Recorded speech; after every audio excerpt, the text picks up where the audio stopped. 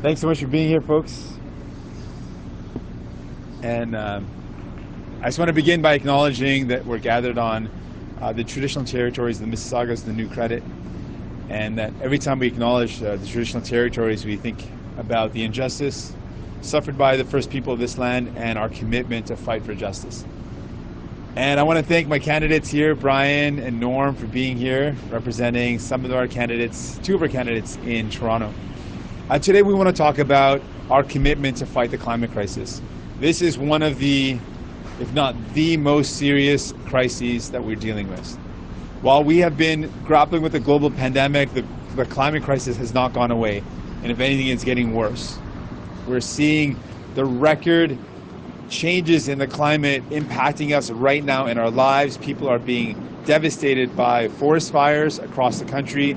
We have seen heat waves, and we have seen the impacts of flooding. The climate crisis is here, but we can still fight it. We will not be able to fight it, though, with another 4 years of Justin Trudeau, who has been an abysmal failure on the climate crisis. And I don't say that lightly.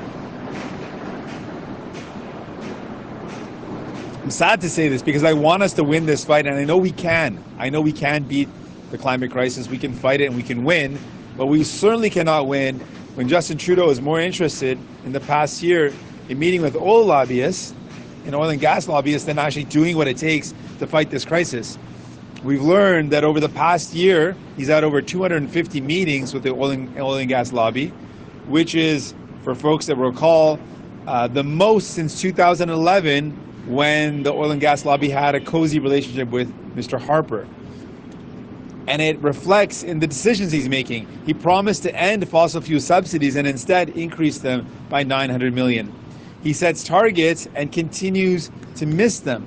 And the thing is, this is where Mr. Trudeau's failed promises or his broken word, or when he says things all for show and doesn't deliver, this is where it hurts us the most, because the impact is we are not doing our part to fight the climate crisis. Emissions continue to go up. We're seeing the impacts of those emissions, and it is hurting us. The entire community of Lytton was wiped out because of a forest fire caused by the climate crisis. So we know the impacts are hurting us right now. So our plan is to fight this climate crisis like we really want to win it. And one of those plans is to double the fund that's used to invest in public transit in municipalities across our country. Right now that fund is at $2.2 billion. We want to double it to $4.4 billion. And that would help us invest in more public transit, electrify the fleets, make it more affordable and accessible for communities to access public transit, and make sure that we do our part to reduce our emissions. We know that transportation is one of the largest causes of emissions, and by investing in public transit, investing in electrifying it, we can reduce our emissions significantly. I want to thank you all for being here again. Donc en français, je veux dire que ce qu'on a vu dans cette pandémie, c'était les autres crises n'ont pas disparu. Et une des crises les plus sérieuses, c'était la crise climatique. Et on a vu les impacts de cette crise dans notre vie maintenant. On a vu les impacts des feux de forêt, des canicules. On a vu des communautés entièrement détruites par les feux de forêt causés par le changement climatique.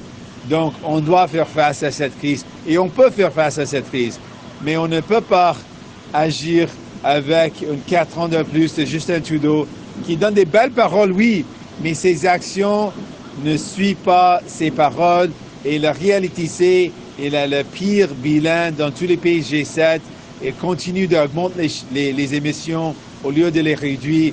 Elle a dit qu'elle va arrêter ou éliminer les subventions aux pétrolières, mais au lieu de ça, elle a augmenté les subventions au lieu de les éliminer.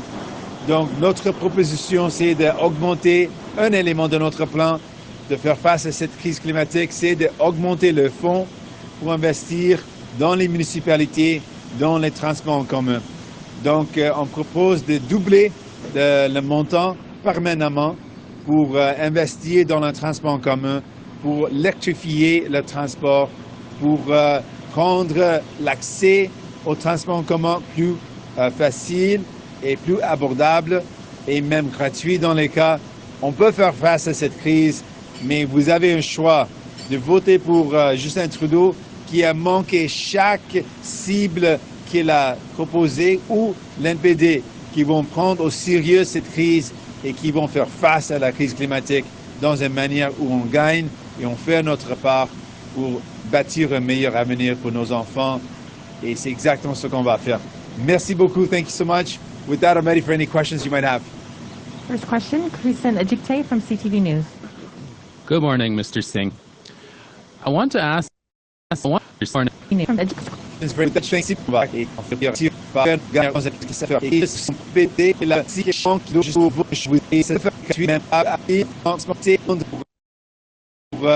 rendre l'accès au transport en commun plus facile et plus abordable et même gratuit dans les cas.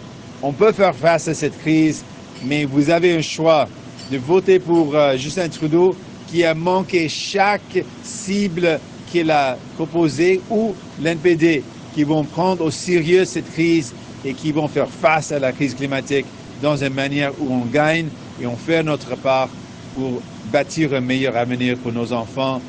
Et c'est exactement ce qu'on va faire. Merci beaucoup. Thank you so much. With that, I'm ready for any questions you might have. First question, Christian Ejikte from CTV News. Good morning, Mr. Singh. I want to ask you, first off, what you thought of the protests yesterday with Liberal Leader Justin Trudeau and gravel getting thrown at him in London as he was getting back on the bus. Does this speak to the state of where we're at in this election? And what do you want to say to those protesters? I think first of all, what happened is horrible. That should never have happened, and I'm worried about Mr. Trudeau, his family that may be on the bus, the media, the volunteers, his team.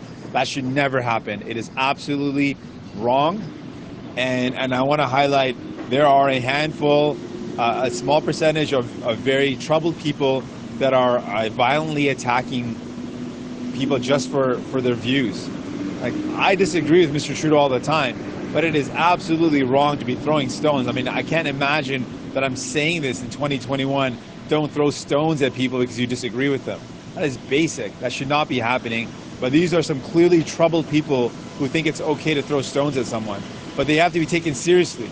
So we got to make sure we're doing everything we can to keep our team safe. We've got to assess the security before we do an event.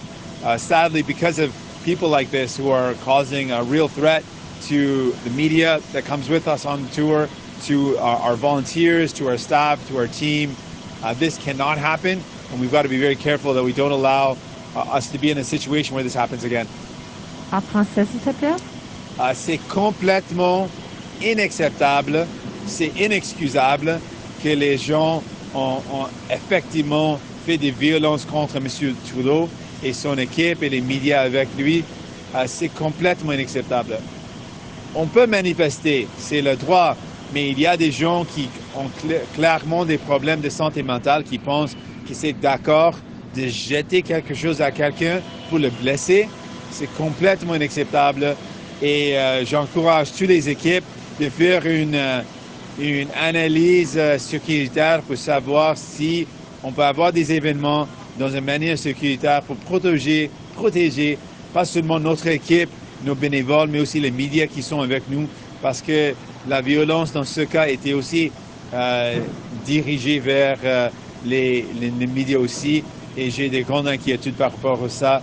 Donc on doit avoir la capacité de faire la campagne, mais on doit le faire dans une manière sécuritaire, et c'est complètement inacceptable ce qui se passe avec ces manifestants. And my follow-up, Mr. Singh, no disrespect, but today's announcement seems a little light in terms of what you want to do to reduce emissions in Canada. I know you have other plans. There must be a little bit more that you want to add on with regards to reducing emissions in Canada. Well, really, we want to put the choice to Canadians, and this is one of the most serious crises. And when we're seeing this serious crisis, we've got to take some concrete steps. We propose one of those today, investing in public transit. We know it's important. But I really want to put out this call to Canadians. We have seen Mr. Trudeau make a lot of big promises and not back them up. But one of those promises that has hurt us the most has been his promises around the environment. He came in sounding really different in 2015, and it seemed like a breath of fresh air. but he has the worst track record of every country in the G7 when it comes to emissions. He sets targets and misses them. He says he's going to end fossil fuel subsidies, and instead of ending them, he increases them. He puts in a price on pollution, but exempts the biggest polluters. He has failed abysmally when it comes to fighting the environmental crisis that we're up against. And it is sad. And I think about what that means to the young people that are standing with me today that are so desperate. In some cases, they're worried about what's the point of even investing in our future when we don't know what that future is going to look like. I met kids who are saying, I don't even want to go to school. I don't want to pursue a post-secondary education because what's the point? What's going to happen to the planet? I don't want to pursue the thought of even having a family because I don't know what's up in the future my kid's going to grow up into. And I think about that for my own kid. I can't imagine that Mr. Trudeau gets up and says he's going to do something about the climate and then continues to increase emissions. And he meets with the oil and gas lobby so many times that it's as much as when it was at its highest with Mr. Harper. So it's clear if you want to choose to fight this climate crisis in this election, you can't choose another 4 years of Mr. Trudeau, who simply doesn't make this a priority and does the opposite of what he says. Promises to reduce emissions, increases them. That's not going to help us. In fact, that's hurting us. And I'm saying to you, you can vote for New Democrats. We care, and we're going to fight this crisis with everything we have. Next question, David Thurton from CBC News. Hey, Mr. Singh, very good to see you again today. Yeah. For the last couple of days, Justin Trudeau has attacked the NDP's climate plan. He says that it is less credible than the Conservative plan. So I'm wondering, what is your response to that? And also, when you read the plan, I haven't seen any proposal from the NDP to increase the price on carbon to meet your goals of reducing emissions by 50%. So what would be the price on carbon that the NDP would charge big emitters, consumers, in order to meet your goal of reducing emissions by 50%? Well, the big difference is we've got 6 years of evidence. Mr. Trudeau can say all he wants, and he does that. I want folks to remember he said a whole bunch of things in 2019, just 2 years ago. And he breaks those commitments. And it hurts people. And in this case, what happens, he makes a big commitment, says a big plan about fighting the climate crisis. And then we've seen year over year emissions go up. So what's the point of supporting someone who claims to have a plan that works when we've got the evidence of him being in power for 6 years and completely and utterly failing to meet any of his targets? What's the point? He could have the best plan in the world, but he had 6 years to do something about it, and he didn't. We had 2 more years on this mandate, and instead of using those 2 more years to fight the climate crisis, he didn't. We have the evidence in front of us. Mr. Trudeau cannot be believed on fighting the climate crisis. One of the biggest things that we're going to do is while Mr. Trudeau exempted the biggest polluters on his plan to fight the climate crisis, we're not going to exempt them. We're going to make sure that they pay their fair share. We're not going to allow the biggest polluters, the biggest emitters to be exempted. We're going to make sure that they're contributing fairly so that we can tackle this climate crisis. We know we can do it. I have so much hope for the future, but only if we make different choices. And the only way to do that is to vote differently. We can't vote the same way and expect the same results. You have to vote differently, and I encourage everyone to get out and vote. This Friday is advanced polls, so get out, find a plan, and get out and vote. En français, s'il te plaît.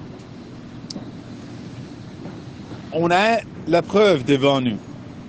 Justin Trudeau peut montrer aucun plan comme il veut maintenant. Mais on a vu dans le passé, il fait la même chose. Il donne des grandes paroles, des belles paroles. Il donne des bons plans. Mais on a 6 ans de preuves quand il était Premier ministre. Qu'est-ce qu'il a fait? Il a manqué chaque cible. Au lieu de réduire les émissions, il les a augmentées. Donc, comment on peut croire dans ses propos maintenant quand on a vu déjà ce qu'il fait comme Premier ministre? Il a manqué chaque cible. Au lieu d'arrêter ou éliminer les subventions aux pétrolières, il les a augmentées à 900 millions de dollars. Il a mis un prix sur la pollution, mais il a exempté les plus grands pollueurs. Donc à chaque fois, il a dit quelque chose pour faire face à la crise climatique. Effectivement, il a fait l'opposé. Et ça a blessé les gens parce que la crise climatique continue, les émissions augmentent et ça a un impact négatif sur notre planète, sur notre environnement. Et on ne peut pas aborder un carton de plus de Justin Trudeau. Donc, si on veut avoir les résultats différents, on doit faire des choix différents, on doit faire des décisions différentes, on doit voter différents. Donc, je vous encourage de voter différent dans cette élection, voter pour l'NPD. On veut faire face à cette crise climatique avec tous nos efforts, avec tout mon cœur, et on peut le faire et on va le faire. Just if I could follow up, so the Liberal plan is $50 per ton in 2022, rising to $170 per ton by 2030. What is going to be the NDP's price on carbon to reach your targets? I really want to be clear on this. Whatever Mr. Trudeau says, he can put any plan out there. What is the point of believing in him when he doesn't believe in his own plans? Because if he did, he would spend 2 more years fighting for them. If he actually believed in fighting the climate crisis, why did he call an election instead? We could have continued for 2 more years. It's really important for people to acknowledge, how can we take a really serious, honest look at his plan?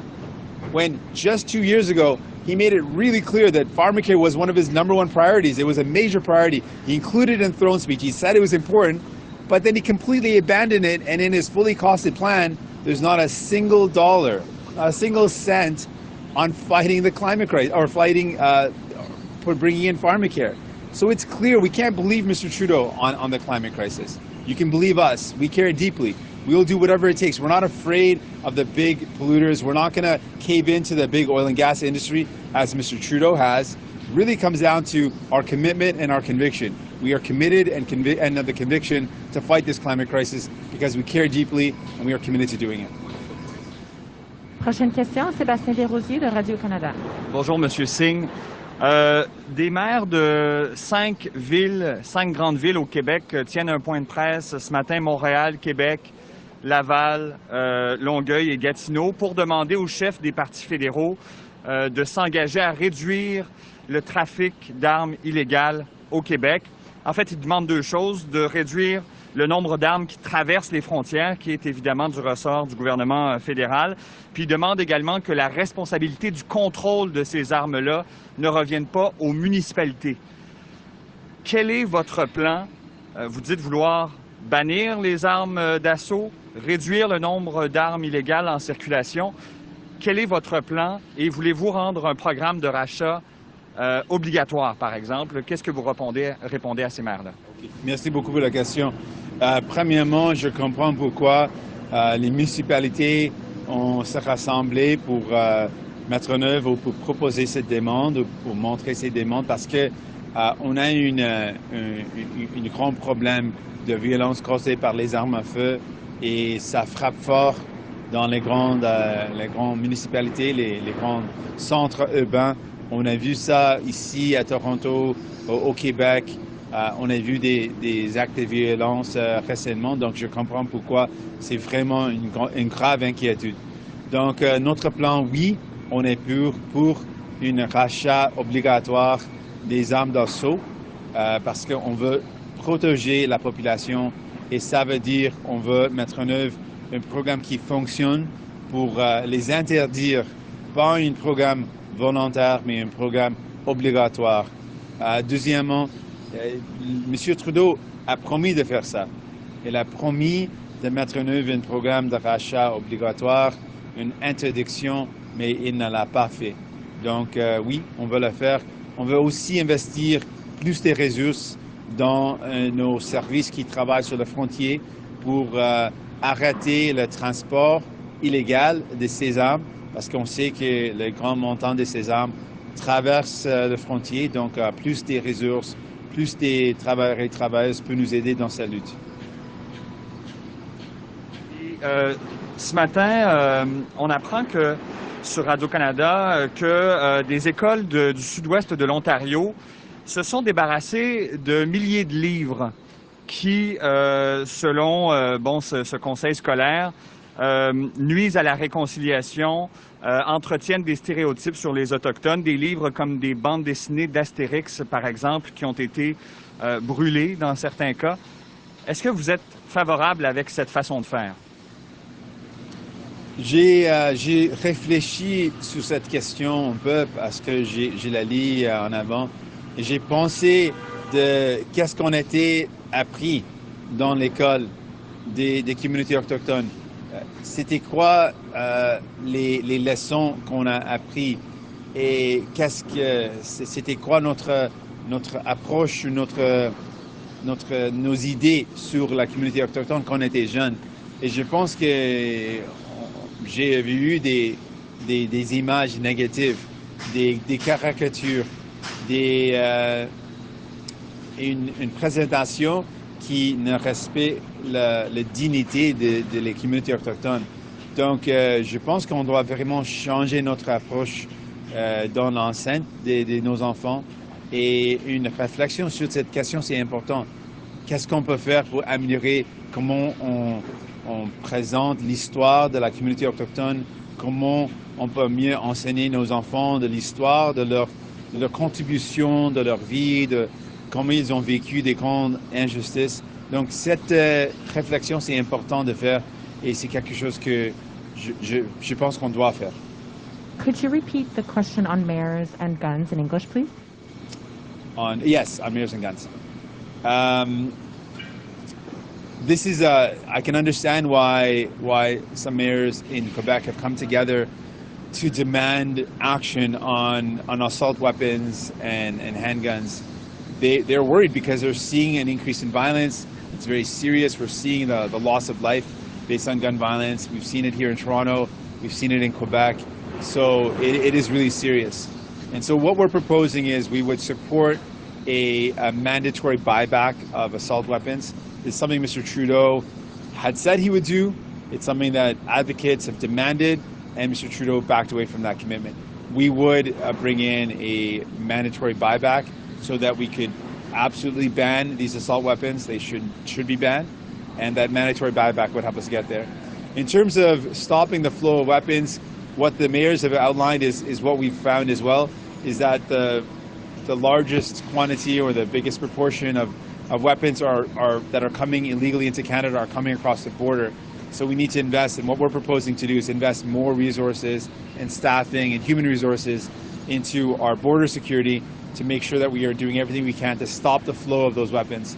Those are some of the things we can do immediately to respond to those demands and to do our part to fight the gun violence that's going on. Next question from John Chidley Hill, Canadian Press. Good morning, Mr. Singh. Morning. My question for you is, why are you now hedging on canceling the TMX pipeline extension? I've been opposed to this project. I think it's the wrong thing to do, and I've always been opposed to it. We're facing, obviously, a science-based crisis right now with the COVID-19 pandemic. Climate change is also a science-based crisis.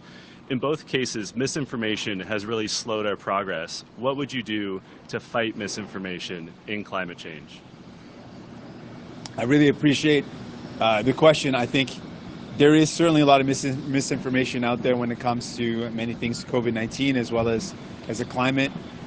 This is where the more trust people have in our institutions, the better it is. And what we can do is more transparency, providing people with a background where information is coming from, being really clear on the evidence. The evidence is clear. We're seeing the scientists around the world, the vast majority of scientists have come together, the United Nations reports, and have said clearly that human activity is increasing emissions, which is directly causing the climate to change, and it is directly contributing to the extreme weather we're seeing. And we are living the reality of that. So providing more transparency, more information, committing more time to education around this, and then talking about the solutions. I think what happens also is when we talk about the problem, without emphasizing the solutions, people end up feeling a lot of despair and a lot of hopelessness and then don't know if they can do anything about it. We know if we made the right decisions, we could tackle the three biggest causes of emissions. Producing energy, we can invest in renewable energy. Transportation, like we're doing today, we can invest in public transit and electrifying that transportation and making it easier to access, more affordable. And we know that the way we heat and cool our homes and buildings is another one of the large contributors to the greenhouse gases. We can improve that. We can improve the way we heat and cool our homes and buildings, and we could do our part. We can actually fight this crisis, and we can win. So really it comes down to better information, better education, and then really emphasizing that there are solutions and that Mr. Trudeau's approach has been a failure and people cannot afford another 4 years of that. People have to vote differently if they want different results. And we are committed to fighting this crisis. We can create good jobs, we can fight the crisis, we can build a better future. Next question, Jamie Tumulty from City TV. Hey, Mr. Leader, good morning. Good morning. I heard your answer when you were asked about the people that threw rocks at the Prime Minister. But these were anti-vaxxers that tried to assault the people on the bus and assault our Prime Minister. Do you have stronger words to them other than they shouldn't throw rocks, given the fact that some of the politicians that you're debating with and provincially are aligning themselves with these people? Well, I mean, I don't know what more you can say. This is horrible. It's completely wrong. There is no justification for throwing rocks at people. It's just wrong. Like, I don't understand what these folks are thinking, what type of example they're trying to set for their kids. If someone doesn't agree with you, you're not going to go up to them and throw rocks at them. That is messed up. Like, and what it does, it also, what troubles me is the focus on media. Like, people can disagree with politicians. The media are just reporting on what's being said. There is no excuse to be attacking politicians. There is no excuse to be attacking, physically attacking politicians or media. I don't understand what these folks are thinking. I think some of them must be troubled, must not be well for them to be doing this. But clearly, this is something that must be immediately stopped. No one should be allowed to do this. You cannot be threatening violence or committing violence against people because you disagree with their beliefs. That cannot happen. We will go to questions on Zoom. Good evening. The first question will be from Michael Kutara, Global News.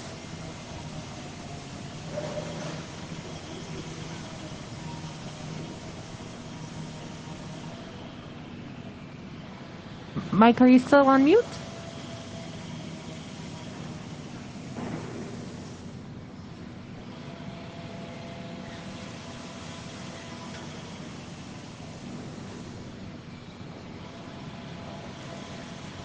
Maybe we'll come back to Mike. We will go to Menaka Raman Wilms from the Globe and Mail. Good morning, Mr. Singh. You've been asked a couple of times now about the increasingly intense. Can you hear me okay? Is that loud enough? No, I think it's on our end. Thank you for noticing that. Oh, okay. I'm asking to bump you up a bit more. But yeah, go on.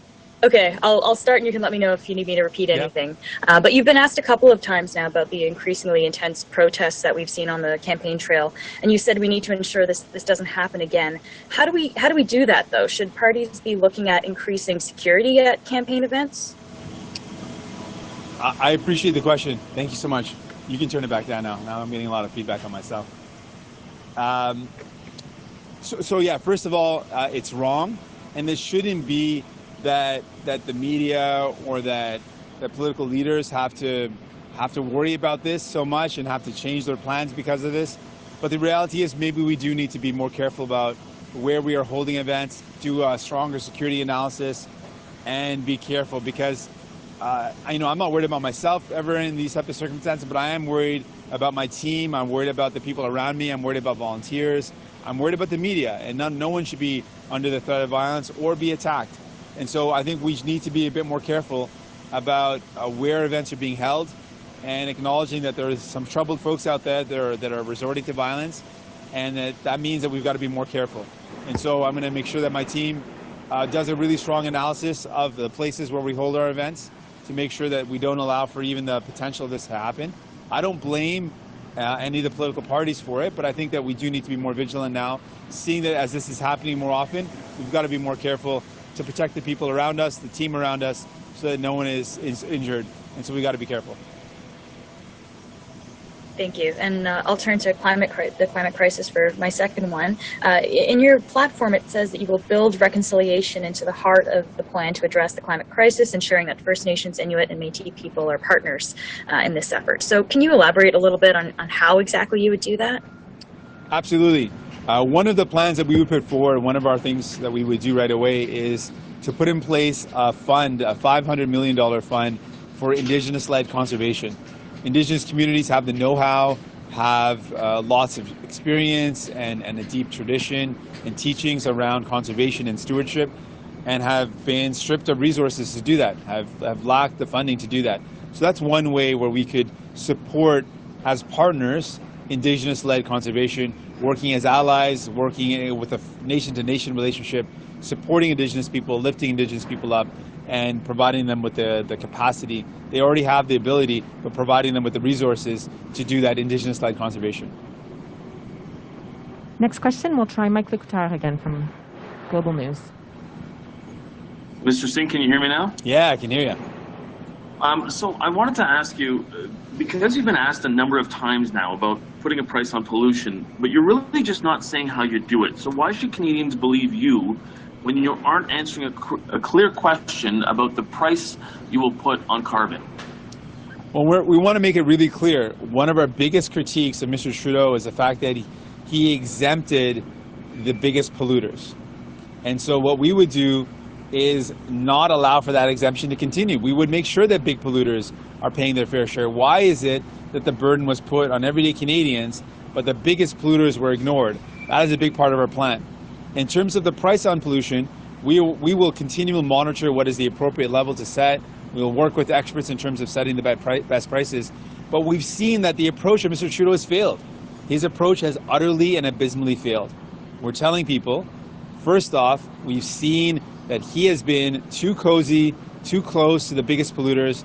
There's a reason why he's exempted them. There's a reason why instead of ending the fossil fuel subsidies that he promised to end, he's increased them by $900 million a year. Over the past 1 year, we've seen that he has met with the oil and gas lobby over 250 times. This is a level that we've not seen since 2011, back when Mr. Harper was president or prime minister, and folks complained about him having a close relationship with the presidents and executives of large corporations in the oil and gas sector. So we're saying really clearly, we're not going to cozy up with the oil and gas sector. We're going to take them on. We're going to take on the big polluters. We're going to make sure that they're paying their fair share. And that's a big difference. We've got 6 years of evidence in front of us. How can we believe a prime minister who has had 6 years to take on this crisis, and instead of taking it on, has only made it worse? We're saying you're not going to get different results if you vote the same way. For New Democrats, we care about this. We know this is something we can solve. We also know we can create good jobs. There's an incredible opportunity here to invest in the jobs of the future by taking on this crisis like we really want to fight it. We are committed to that. We will follow the science. We will listen to experts. But we're not going to cave into the demands of large corporations or work close to them, as Mr. Trudeau has done again and again. And just as a follow-up, it wasn't that long ago that the former clerk of the Privy Council, Michael Wernick, warned Canadians that he's worried about the level of political discourse and where it may lead. Now we're at a place where politicians are receiving abuse like we've never seen before. You have been on the receiving end of some serious racism and abuse in your political career. I wanted to know, at what point do you think that we are getting to a very dangerous place, and how much of a line was crossed yesterday in terms of our political discourse? I appreciate the question. Yesterday a line was crossed. A clear line. Do not commit violence against somebody. That was crossed, and that's wrong. That is horrible, and that is absolutely wrong. Throwing rocks, I mean, this is clearly someone intending to seriously hurt somebody. You know, this is not a gag where someone throws confetti or something that's not going to in any way injure somebody. This is clearly violence. The goal is, when you throw a rock at someone, your goal is to hurt them, to injure them, to maim them even. That is clearly a line that has been crossed. But I want to be clear about this. The supporters here look like those are PPC folks. They are a small percentage of the population. We're able to have events in major cities. We've been going to major communities. Canadians do not act like that. Those are a small percentage of Canadians. It is a small group of people that are very troubled, that are doing very bad things, and that should be stopped. Absolutely, and there's no excuse. They're not acceptable. These are wrong. Those actions are wrong. But I just want to encourage Canadians. Sometimes, you know, we see these things and we start to lose hope. That is not most Canadians. That is not most events. That is not most people. We're not seeing that happen in major communities where that type of violence is something that people are resorting to. But given that is happening, albeit a smaller group of people, but they are causing a real threat, I think it does mean we need to be careful about where we hold our events and be a bit more careful about the security analysis we put in place to make sure people are safe. Prochaine question, Boris Proulx du Devoir. Bonjour, M. Singh. Bonjour. Concernant les subventions à l'industrie pétrolière, vous répétez sans cesse l'histoire du 900 millions de dollars de plus qui a été donné par les libéraux que sur Harper, ce qui est mon histoire. Donc, j'aimerais, en tout respect, rappeler que vous avez donné aucune indication jusqu'à maintenant que le NPD ferait quelque chose de différent, puisque vous m'avez dit que les subventions, les aides seraient encore disponibles pour l'industrie si elle souhaitait réduire ses émissions. Donc, pouvez-vous être très précis et me dire dans quelles circonstances, quel genre d'exemple d'entreprise du secteur du pétrole et du gaz bénéficierait de subventions sur le NPD? Donc, à ce moment, le gouvernement libéral continue de subventionner les grands pétrolières. C'est le fait. Il continue de les subventionner. On a dit, on va complètement éliminer cette approche, on va éliminer les subventions. C'est clair. Ce que M. Trudeau a dit, il a dit qu'il va éliminer ces subventions aux pétrolières et au lieu de le faire, il les a augmentées. C'est aussi le fait. Notre approche est différente. Les gouvernements conservateurs et libéraux ont pris une approche de donner un chèque en blanche aux entreprises. Notre approche, c'est d'investir directement avec les garanties, avec les strings attached, avec les garanties fermes pour arriver à notre but.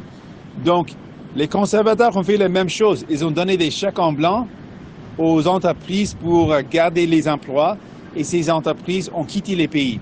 M. Trudeau donne des chèques en blanc aux industries pour dire « Oh, vous devez les utiliser pour telle raison ». Et ce n'est pas ce qui se passe. La grande différence pour nous, on va arrêter tout de suite et on va éliminer ces chèques en blanc aux industries, particuliers aux grands pétrolières. Et au lieu de ça, ce qu'on va faire, si quelqu'un a il y a un plan spécifique pour réduire les émissions, si c'est un secteur d'énergie renouvelable, si c'est une approche de réduire les émissions spécifique avec des garanties fermes, on est prêt et ouvert à travailler ensemble avec ces propos, mais on va arrêter ces chèques en blanc que M. Trudeau et M. Harper en avant ont fait. On va les arrêter tout de suite, immédiatement, comme M. Trudeau, effectivement, il a promis de faire, mais il a brisé sa promesse. Donc, je résume, vous allez continuer de subventionner l'industrie du pétrole et du gaz si elle correspond à vos attentes en matière de réduction des émissions. C'est ce que vous me dites, là. Non, sous certaines conditions, vous allez continuer. Pas du tout. L'approche des subventionnés, on va arrêter tout de suite. S'il y a un programme, un projet spécifique, on est prêt de travailler ensemble, mais l'approche du gouvernement libéral, c'était la même approche du gouvernement à Harper. On va arrêter tout de suite cette chèque en blanc approche. C'est donner l'argent sans avoir des garanties, sans avoir des conditions, sans avoir un besoin d'avoir un but spécifique. On va les arrêter tout de suite. Prochaine question, Ray Filion de TVA. Bonjour, M. Singh. J'aimerais revenir à deux sujets. D'abord, les armes à feu. Vous avez dit que vous promettez le rachat obligatoire, des mesures à la frontière aussi, mais les maires, ce matin, demandent aussi que les armes de poing soient bannies à la grandeur du Canada. Est-ce que c'est quelque chose que vous feriez? Donc, notre approche, c'est de travailler avec les provinces. Si les provinces veulent mettre en œuvre une interdiction régionale, on est prêt de travailler avec les provinces. On a dit aussi, si les municipalités veulent travailler ensemble pour une approche régionale, on est prêt. Et ça, c'est notre approche. OK. Donc, pas d'interdit national, c'est ce que je comprends bien avec un gouvernement du NPD. Et j'aimerais revenir aussi aux manifestants. Là, vous avez dit que c'est complètement inexcusable. On vous comprend. Mais en même temps, certains se demandent si M. Trudeau ne cherche pas à profiter de ces manifestants agressifs, parce qu'on voit depuis 2 jours qu'il ne les évite pas. Hier soir, il a marché au beau milieu des protestataires hostiles. Selon vous, est-ce qu'il s'expose au danger? Est-ce qu'il devrait changer son approche, M. Trudeau? J'ai donné... donc, je n'excuse pas du tout et au contraire, je dénonce les actions des manifestants. Et je ne veux pas blâmer les politiciens ou les partis politiques, mais j'ai dit en avant que peut-être dans ce cas, le cas avec les situations où on a vu des actes de violence, qu'on doit être plus prudent et plus prudent avec nos décisions, de trouver un endroit pour avoir des événements qui est sécuritaire. Donc je pense qu'il y a une responsabilité de reconnaître les menaces et le fait que une fois, maintenant 2 fois, et la violence augmente. Donc on a une responsabilité comme des leaders. Dans mon cas, j'ai une responsabilité de s'assurer que mon équipe fait le travail pour garantir aussi que possible d'avoir un événement sécuritaire. Donc j'encourage les autres chefs de penser, peut-être on doit à ce moment être plus prudent et prendre des mesures plus sérieuses pour protéger l'équipe autour de nous, nos bénévoles, les médias, l'équipe qui travaille avec nous pour les protéger. Oui. Next question, Mary Brooke from Island Social Trends. Hello, Mr. Singh. So in a few weeks, everybody will be back in the House of Commons there, and what will be your next approach or your first action on climate? Will you start to work on the carbon tax way things are set up? And will you work on getting green jobs set up for people right away as part of the economic recovery? I really appreciate the question. Yeah, I think there's a couple of things we can start doing right away. One is making sure that the price on pollution actually applies to the biggest emitters. I think Canadians expect that, and it seems to make sense, and they're a little offended at the fact that the biggest polluters are getting away with a free ride. So we take that on as one of the top things. We also want to make sure we're investing in these jobs, and I think that there's an incredible opportunity to invest in good jobs that help us tackle the climate crisis. These are jobs in clean energy, jobs in retrofitting buildings and homes. These are jobs in expanding public transit and electrifying transportation, as we're announcing today and as we see around us. We can invest in these solutions, and we can deal with the climate crisis, and we can create good opportunities for economic development in the recovery. So I look at this as an opportunity, as much as I'm worried about it, and I think about the kid and I are going to have, and our child, and think about the future. We also think about the hope that we have, that if we make good choices now, if we make the right choices coming out of this pandemic, we can invest in a brighter future, and that's what I want to do. And we've got the 2 debates coming up, one in French tomorrow night and then in English on Thursday night. Do you have some tips for people watching these debates? What should they be looking for, especially if they don't normally watch these sort of political events, and basically to help them decide their vote? Yeah, I think that folks should really consider what choice they want to make, and whether really the choice that we're putting to Canadians is, can you afford another 4 years of Mr. Trudeau? I think the choice is between voting New Democrat or voting for Mr. Trudeau. And you've seen that in the past 6 years, on everything that matters, the things that really matter to you and your family, the cost of housing, the climate crisis, affordability, on these measures, the things that really matter to people, on healthcare, on these things that really matter, in the past 6 years, what has Mr. Trudeau done? He's chosen, by his actions, not to make those a priority. In fact, they've gotten worse. The housing crisis has only gotten worse with the 6 years he's been in power. Housing costs have gone up. When it comes to the climate crisis, emissions have gone up. When it comes to healthcare, there has been less funding overall in terms of permanent funding for healthcare. He has maintained the same cuts that he criticized that Harper brought in. So one of the things that matter to people in this pandemic and coming out of it, housing, healthcare, the environment, he has done a bad job, and it has hurt people. People have paid the price. And moving forward, it's just going to continue. He's going to continue to say he'll fight the climate crisis, increase emissions. He's going to continue to say that healthcare matters, but continue the same cuts that Harper brought in. And he's going to talk about the housing crisis, but he had 6 years to do something about it. It's only going to get worse. But it doesn't have to be this way. And this is what I want to put to Canadians. I don't want you to get caught up in all the despair and how bad things are.